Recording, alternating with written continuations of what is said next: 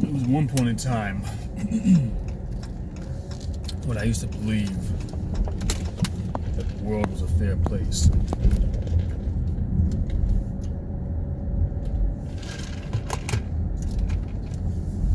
I used to think like this at one point in time. I realized as the years gone on that I've gotten older, as fair as I wish the world was, is that it is not. Clean these windows off. Streaks all over the damn place. But as fair as I'd like the world to be, come to find out, it really isn't like that. And that's just not the way the world works. A lot of my talking points have changed up over the years. Over just simply analyzing things. A lot of things that I've referenced in the past have come back and stated that I had to fall on my sword when it comes down to certain talking points that I've used in the past. And I have no problem coming back and admitting the fact that I was wrong in certain areas. I'm not recanting everything that I've stated, but just certain talking points I've stated before you will not hear me using. Just like one, and I'll continue to keep on referencing this, and that is the black on black crime statistic that you'll hear whites use on a regular basis, and anytime they want to pretty much silence blacks from having an argument, this is the talking point that they use. But yet when we talk about black on black crime, they love to reference Chicago, how all these murders take place in Chicago. Every major holiday in the summer. This is what they talk about. Okay, we understand this. But the next thing that follows up behind it, after all of these massive shootings have taken place in the city of Chicago, common denominator is there's no suspects in custody. This is what I remember sitting back reading, I believe it was last year, over the summer, when I started hearing more about this. Now, I've been hearing about this at least since 2013. I'm sure it's been going on a lot longer than that. But notice how they love to attribute this to black people. Whenever whites want to say you commit the highest crimes in the country, you're only 13% of the population, but commit more than 80% of the murders. Some of them say 80, some of them say 60. And when you think about these numbers, these are record high numbers. And how is that even logically possible that less than 13% of the population could amass this level of power to commit this much murders? The next thing is, we know that when blacks go ahead and commit crimes, they're mainly committing crimes against each other. But then once again, if you don't have any suspects in custody, how do you attribute this to black people? Where did you get that correlation from? Despite the fact that you have many other gangs in Chicago, Latin Kings included, and I'm sure that there's a lot of crime that they commit, but at the same time, everything just seems to get dumped off into the black category. This is what the talking point simply is. So this is what lets me know what I'm dealing with, and whether it's a matter of people being treated fair. And clearly you can see that it's not the same way when it comes down to black people. And this is an attack on our image, which I have a problem with. Me as a black man, I have a problem when my image is being attacked, to be demonized as being the most violent savage in this country. The same way I have a problem with Cynthia G creating the Dusty Beta Male t-shirts, and I don't understand why is it that most of you black men who support her don't have a problem with this. Because she might say, oh, I'm just talking about those Dusty Beta Males. But we already have a stigma that depicts black men in a negative light as it is, and they don't make distinctions. They're not going to sit back and say, oh yeah, you're talking about those guys over there. No, they're just going to class or categorize all black men. This is the way that works. Likewise, when it comes down to this whole demonization of black men, that you are such the most violent group of people in this country, yet without any real statistics that really back it up, or anything solid, I should say, because they'll create statistics and just lump up everything into the black category, which is typically what they do. Furthermore, justifying people's reasoning for why black people should be locked up. I mean, we already know the we know the scenarios time and time again, so I don't have to run down these same scenarios. Come on, guy, what the hell are you doing? So when you hear of these things taking place, like I said, once again, I have an issue because this is an assault on my image as a black man, okay? Likewise, when it comes down to the Grammys and this whole thing with black men being depicted as the face of homosexuality, where you got black men at the Grammys with dresses on and skirts on, and you have buffoons like Jada Pinkett Smith that will sit up and say he's the best dressed man and woman. This is how you shut it down. And this is a disgrace when it comes down to black masculinity. And there has been an attack on black masculinity for quite a few years now, for many years. See, the heterosexual black man is a threat. He's a problem.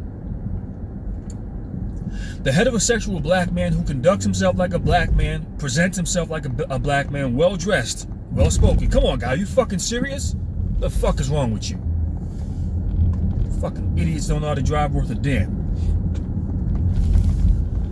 But like I was saying, the heterosexual black man, okay, guy, you're just gonna walk in the middle of the street, huh? Just want to get hit. It's a 4,000-pound vehicle. I mean, boy, I tell you. As I was saying for the second time, the heterosexual black, or the third time I should say, the heterosexual black man who's well-spoken, well-mannered, well-dressed, he's not promoted as as what black men should be. He's not promoted as a stereotype. This is what a black man should be. Unless you regurgitate white talking points of white nationalists, white Republicans, and you serve a white agenda. This is just the way that works. If you're a heterosexual black man, the masculine black man who speaks up on black issues, who speaks for a black agenda, we have a problem with that guy. We can't have this guy around. This guy's a danger.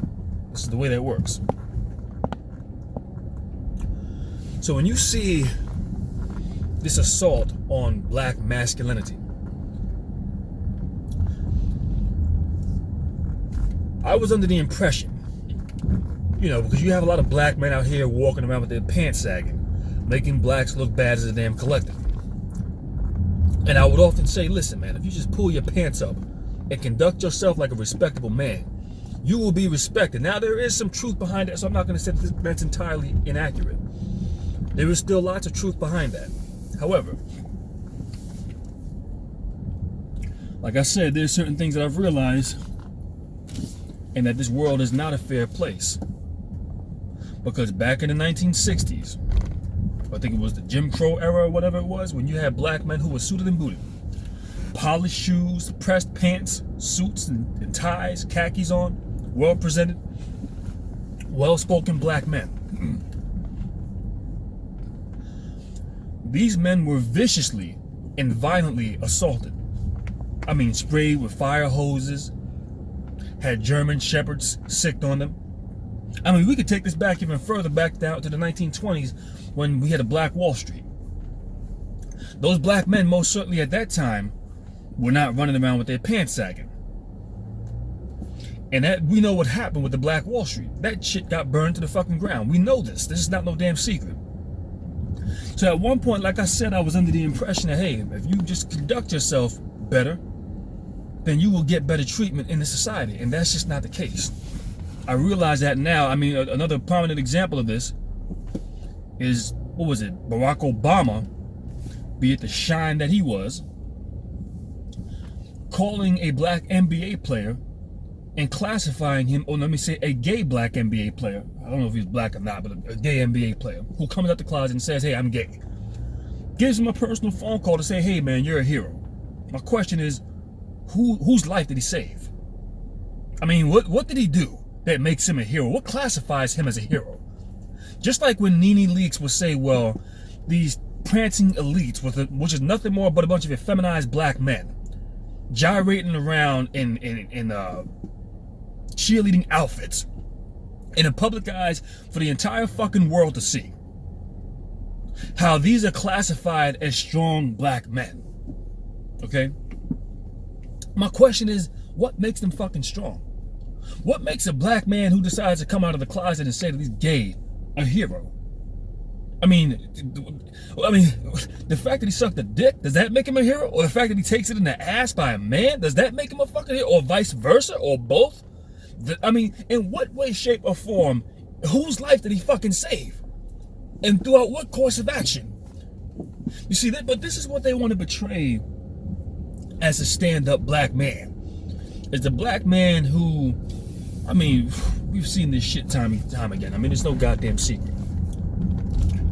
So I started off by saying, at one point in time, I would have liked to think that this world was a fair place. And if you do things that work in your benefit, then good things will happen.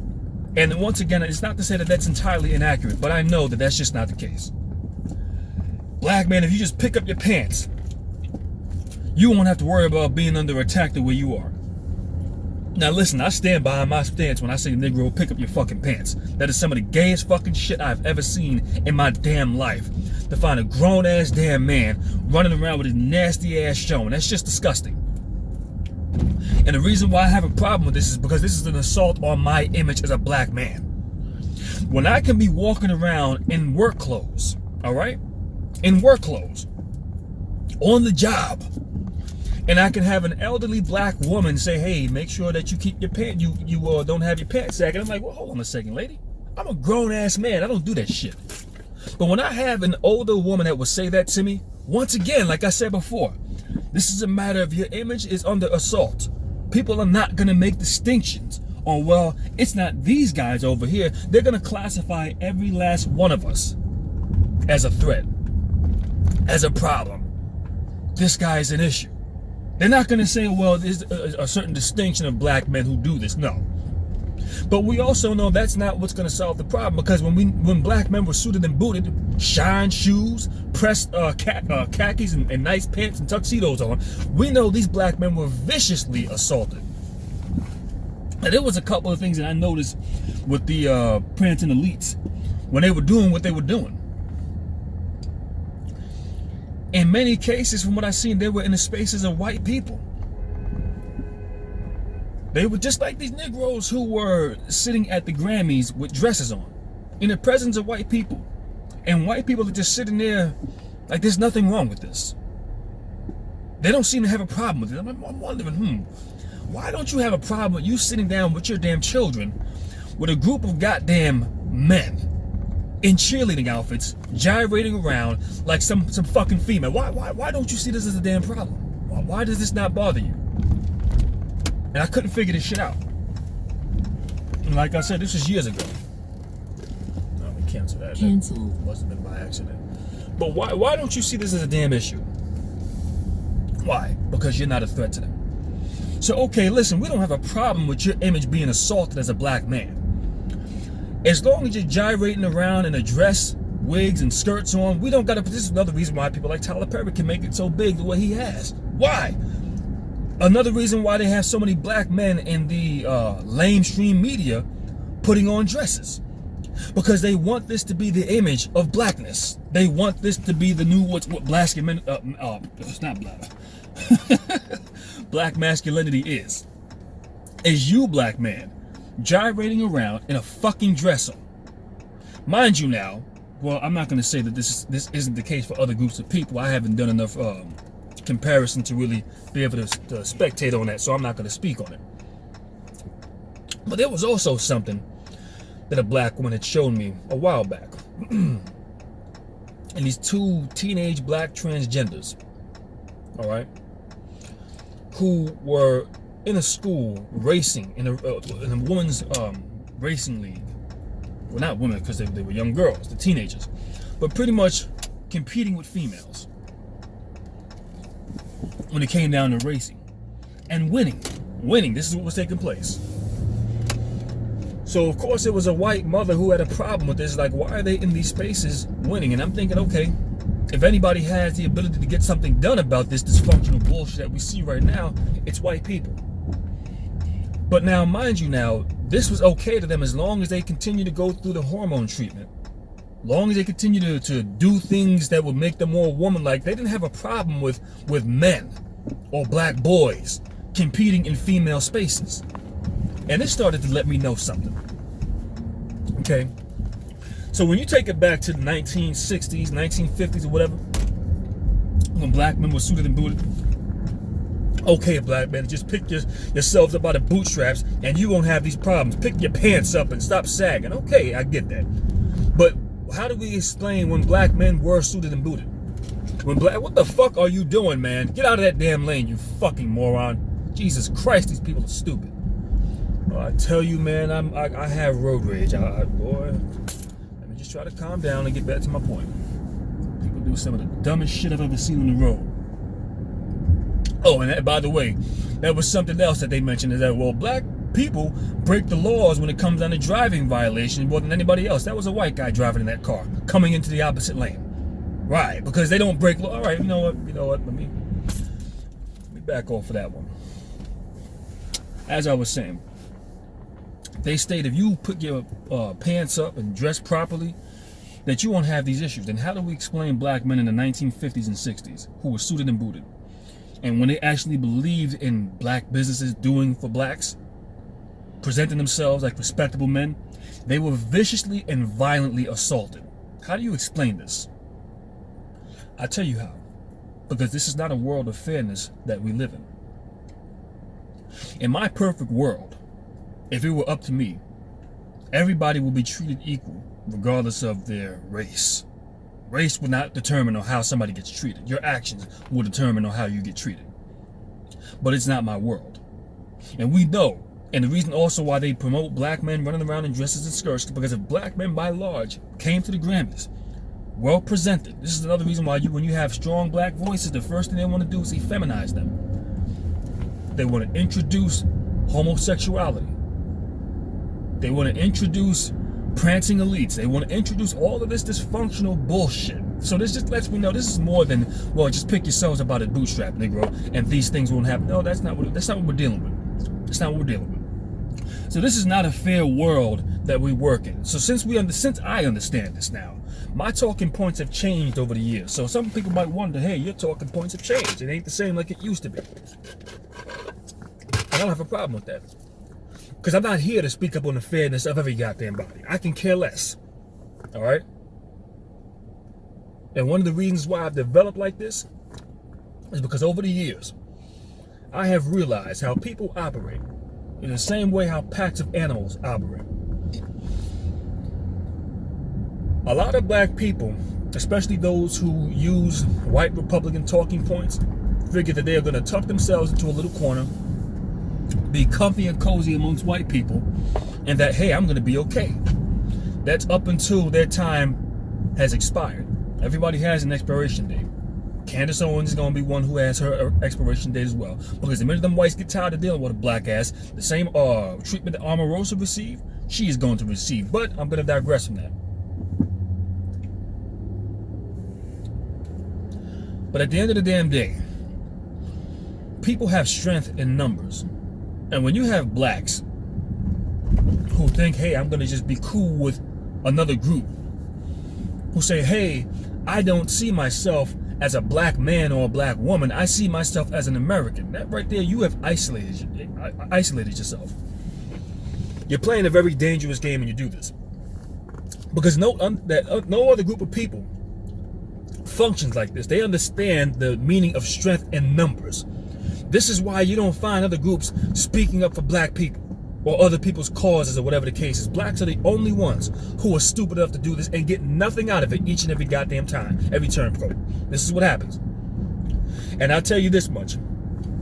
If you think that you can be a single black man or woman and you're going to tuck yourself into a cozy corner where you don't have to worry about dealing with the collective of black people, and I'm just, hey, I'm living my life over here, I don't care what happens to those Negroes over there, just understand you were easily picked apart.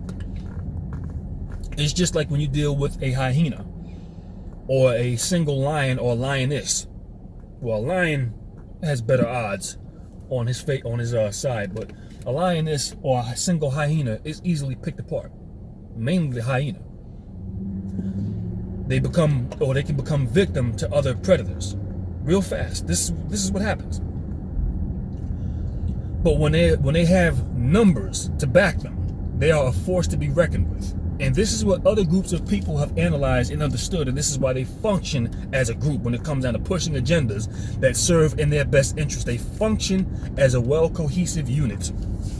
So a lot of you Negroes who are under the impression that, hey, I'm just going to tuck myself into this corner, I ain't got to worry about them Negroes over there, and then when something happens to you, kind of like what happened to Bill Cosby, all of a sudden, you have nobody backing you up, or you don't have any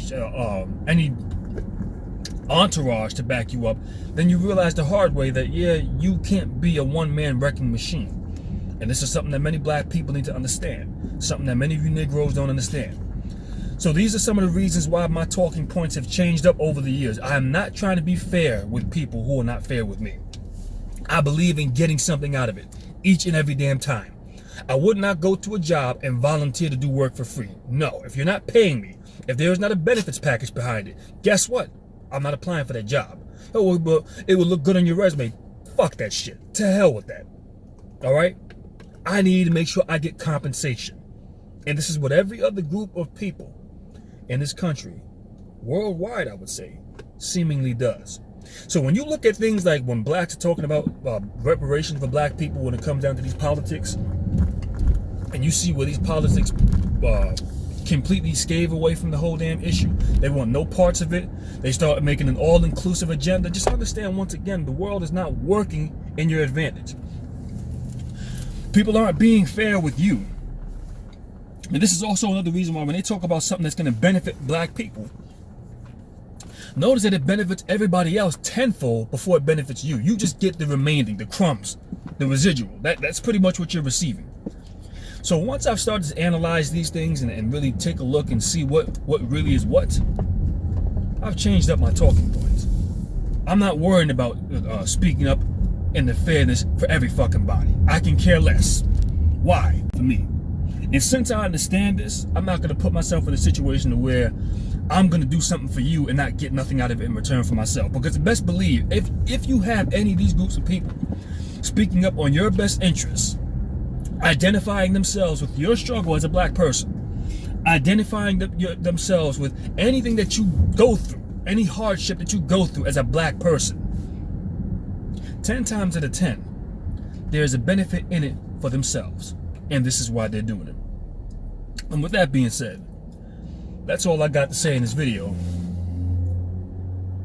And I'll catch you on the flip side. As a matter of fact, I'll drive a little bit further before I let this video end. I don't want it to end on a red light. I'd rather be on the go. So, wait till this light turns green and I'll restate my last statement again. I don't know why we're getting stuck at so many red lights here, but hey. And just as another note, y'all can see that people here in New York City don't know how to drive worth a damn.